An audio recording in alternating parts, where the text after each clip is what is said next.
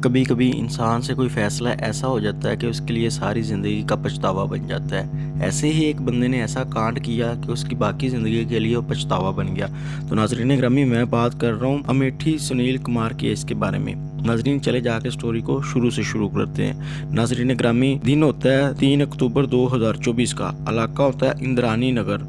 नाजरीन, इंद्रानी नगर में एक मेला लगा होता है जिसका नाम होता है आगरा भवाली मेला। तो नाजरीन, होता कुछ यूं है कि एक दुकानदार होता है जिसका नाम होता है राम मनोहर। उसकी आगे दुकानें होती है, दुकानों के पीछे उसका एक मकान होता है जिसके साथ बड़ी पतली सी गली अंदर जाती है, और उस मकान में मियाँ बीवी और उसकी 2 बेटियां रह रहे होते हैं। तो नाजरीन ग्रामी, आज फिर राम जो था अपनी दुकान और साथ वो माँ दुर्गा का मेला भी लगा हुआ था। वहाँ पे पुलिस वगैरह भी थी, काफ़ी शोर वगैरह भी हो रहा था, लोग पटाखे वगैरह चला रहे थे कि राम मनोहर को एक आवाज़ आई पीछे से, यानी जो घर उसने किराए के ऊपर दिया हुआ था ना, उस घर से आवाज़ आई। लेकिन उस घर में जाने के लिए सिर्फ एक ही रास्ता था, बिल्कुल तंग सा, जो उनकी दुकान के आगे से गुजरता था।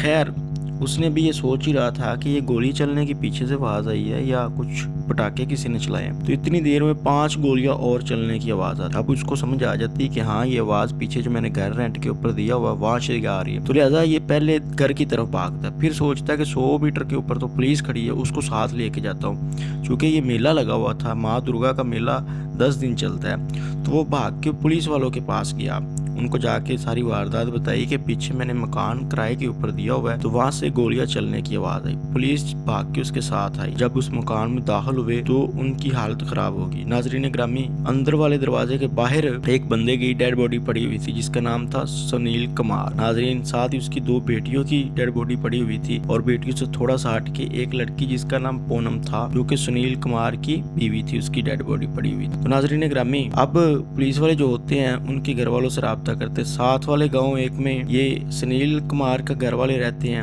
उनको इत्तला दी जाती है, और दूसरे साथ वाले गांव में पूनम कुमार के घर वाले रह रहे, उनको इत्तला दी जाती है। नजरीन, यहाँ पे सुनील का बाप आ जाता है, पूनम का भी भैया आ जाता है। पुलिस वाले पूछते हैं कि तुम लोगों की किसी से दुश्मनी? डेड बॉडी जो होती है वो तो हॉस्पिटल भेज दी जाती है क्योंकि उनका पोस्टमार्टम रिपोर्ट होना होता है। बाकी भी सारे वो एविडेंस पुलिस फोरेंसिक की टीम मंगवाती है, वो इकट्ठे कर लेते हैं। तो पूनम का जो भाई होता है वो बताता है कि हमारी दुश्मनी तो किसी से नहीं है, लेकिन पीछे वाले गाँव जो कि इंद्रानी नगर गांव था, वहाँ पे पहले मेरी बहन और जीजा जी रहते थे। वहाँ पे एक बंदा था जिसका नाम था चंदन वर्मा। वो मेरी बहन को तंग करता था और उसको बोलता था कि मेरे साथ अफेयर में रहो, मुझसे शादी करो अपने शोहर से डिवोर्स लेके। तो मेरी बहन नहीं मानती थी, उसकी इंसल्ट कर देती थी। तो शायद उसने कुछ ना किया हो, क्योंकि उसके खिलाफ अंदरेनी नगर थाने में मेरे भाई और बहन ने FIR भी करवा रखी थी। तो यूं नाज़रीन ग्रामी, अब ये कौन होता है? तो पता चलता है कि पीछे जिस गाँव में ये सुनील कुमार और उसकी बीवी पूनम रह रही होती है, उस गांव का एक लड़का होता है जिसका नाम होता है चंदन वर्मा। तो अब सीन ये होता है कि चंदन वर्मा जो होता है, पुलिस वाले उसके घर जाते हैं पीछे वाले गांव में। घर जाने के बाद उसका भाई आगे से बाहर निकलता है। पुलिस वाले पूछते हैं कि तुम्हारा भाई किधर है? तो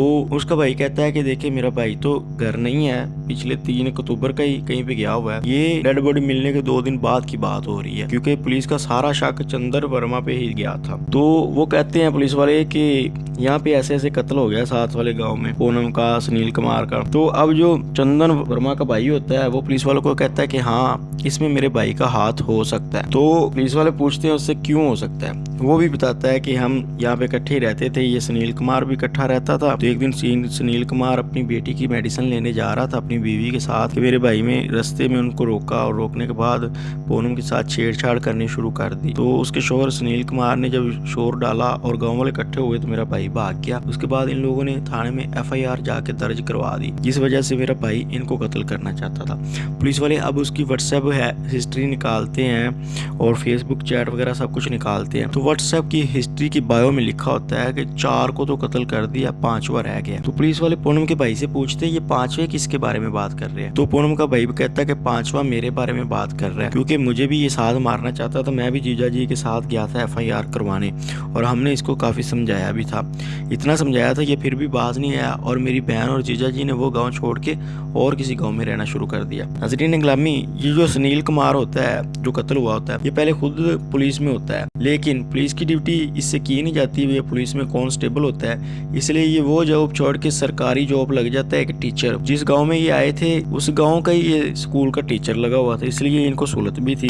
वहाँ पे इन लोगों ने रेंट पे मकान लिया हुआ था। तो अब नाजरीन ग्रामी पुलिस जो होती है उसको ढूंढना शुरू कर देती है चंदन वर्मा। खैर नाजरीन ग्रामी उसी शाम वो भाग रहा होता है दिल्ली जाने के लिए। पुलिस वाले उसे एक टूल प्लाजे के ऊपर जाके पकड़ लेते हैं। पकड़ने के बाद थाने ले आते हैं। थाने लाने के बाद वो पूछते हैं कि हाँ भाई बता कत्ल क्यों किया।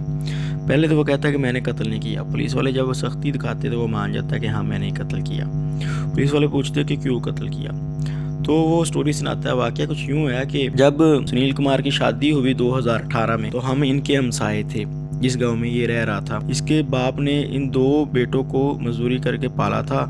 जो बड़ा बेटा था वो तो दिल्ली में था, अपना काम वगैरह करता है। ये अपने बाप के साथ रहता था यहाँ पे अंदरानी नगर। तो उस दिन भी कुछ यूँ हुआ कि आहिस्ता आहिस्ता मेरी इनके साथ अच्छी फ्रेंडशिप हो गई। बाहर कहीं इन्होंने मेडिसिन वगैरह लेने जाना या कहीं भी जाना तो मेरा इनके घर आन जान था, सब कुछ था।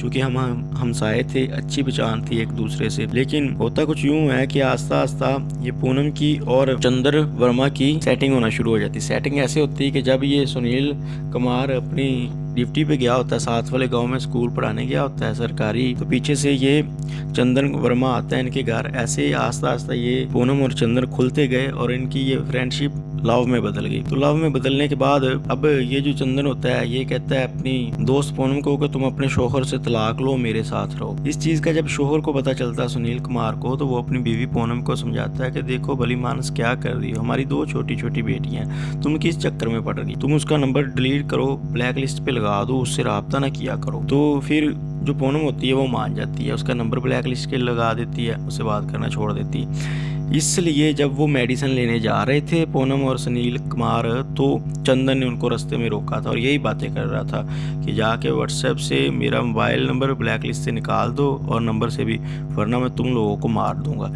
इसी की वजह से ये सुनील कुमार और पूनम वो गांव छोड़ के दूसरे गांव आए। अब दूसरे गांव को इस चंदन को नहीं पता था कि किस गांव में है, लेकिन उसे ये पता था कि ये किस स्कूल में जाके पढ़ाता है बच्चों को। खैर वो रैकी करता है। कुछ दिन रैकी करने के बाद ये सुनील कुमार के पीछे आता है। पीछा करते करते तो घर का पता चल जाता है। जब घर का पता चलता है तो ये फिर इंतजार करता है। वो जो माँ दुर्गा माँ की मेला लगना था, तो उस मेले का इंतजार करता है कि मेले में काफी शोर होगा, तो मैं ये घनशन चलाऊंगा, गोलियां मार के इनको चला जाऊंगा, किसी को पता ही नहीं चलेगा। तो वो करता भी ऐसे। जब मेला लगा होता है, वहाँ पे शोर हो रहा होता है, तो वो घर आता है। एक पिस्टल उसने अपने दोस्त से ली होती 35,000 रुपए की, साथ में 10 गोलियां ली होती हैं। उस दिन क्या करता है कि 2 गोलियां सुनील कुमार को मारता है। उसको मारने के बाद एक एक गोली उनकी बेटियां छोटी छोटी होती है, छोटी बेटी 1.5 साल की होती है, उसको मारता है, और दूसरी की गोली बड़ी बेटी को मारता है, और 2 गोलियां पूनम को मारता है। पूनम को आस्था और आखिरी दफा गोलियां मारता है सबसे आखिर में। इस वजह से पूनम, जब सब लोग भाग के गए थे तो वो जिंदा थी, तो लेकिन हॉस्पिटल लेके जाते जाते ही रास्ते में फौत हो गई। तो ये सारी स्टोरी सुना देता है। अब जो पूनम का भाई होता है वो कहता है कि मेरी बहन ऐसी नहीं थी,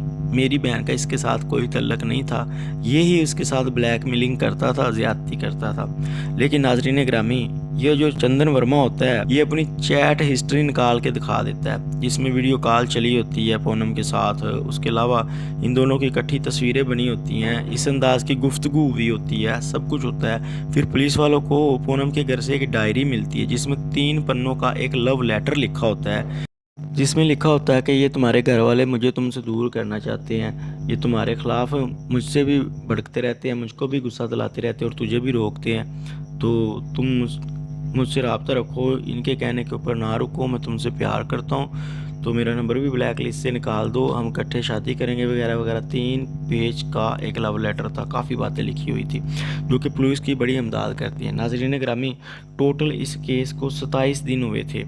27 दिन के अंदर पहले 2 दिन के अंदर इन लोगों ने चंदन वर्मा का पता लगाया कि कातिल वो है। बाकी के दिनों में पुलिस वालों ने उसे पकड़ा। पकड़ने के बाद उससे इंटेरोगेशन करी तो सारी हिस्ट्री खुल के बाहर आ गई। सीन कुछ ये था कि ये पूनम की और चंदन की वाकया ही दोस्ती जा रही थी, लेकिन जब चंदन के मुखालिफ बंदे सुनील ने अपनी बीवी पूनम को समझाया कि हमारे छोटे छोटे बच्चे हैं, इस काम को छोड़ दो, तब बीवी जो होती है अपने शोहर की बात मान जाती है, लेकिन ये उनके साथ ज़बरदस्ती करता है। इस वजह से पूनम और सुनील कुमार अपना गांव छोड़ के साथ वाले गांव में आए होते हैं और रेंट के ऊपर मकान लेके रह रहे होते हैं, लेकिन ये साथ वाले मकान में भी आके कत्ल कर देता है। तो नाजरीन, होता कुछ यूँ है, 27 दिन बाद पुलिस जो होती है इन्वेस्टिगेशन मुकम्मल करती है और चार्जशीट जो होती है वो कोर्ट में दाखिल कर देती है। फ़िलहाल ये चंदन कुमार जो है ये जेल के अंदर है, इसका ट्रायल चल रहा है। आगे जो फैसला आएगा फिर वो तो आगे ही पता चलेगा।